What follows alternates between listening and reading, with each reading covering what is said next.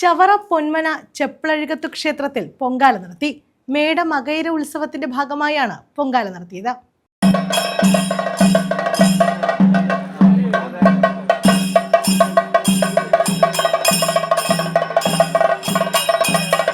പൊന്മന ചിറ്റൂർ ചെപ്പളഴുകത്തു ക്ഷേത്രത്തിലാണ് മേട മകയിര ഉത്സവത്തിന്റെ ഭാഗമായി സമൂഹ പൊങ്കാല നടത്തിയത്.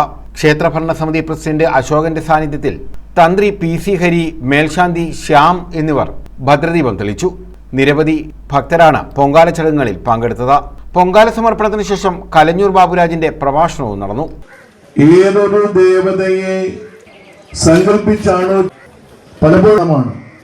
അതിന്റെ പ്രധാനപ്പെട്ട കാരണം നമ്മുടെ കാരനെ സംബന്ധിച്ച് അതൊന്നും പാരായണം ചെയ്യുവാനുള്ള, പക്ഷെ അങ്ങനെയുള്ള ഗുരുക്കന്മാരെ തേടി പോകുവാനോ ഇങ്ങനെയുള്ള ഈശ്വരീയ അത് പാൽപായസമായിട്ടോ ശർക്കര പായസമായിട്ടോ വെള്ളച്ചോറായിട്ടോ മറ്റ് ചില ക്ഷേത്രങ്ങളിൽ മറ്റ് പല പല വിഭവങ്ങളായിട്ട് തയ്യാർ ചെയ്ത് ഏപ്രിൽ 12-ന് കൊടിയേറ്റോടുകൂടിയാണ് ഉത്സവത്തിന് തുടക്കമായത്. News bureau, Chavara.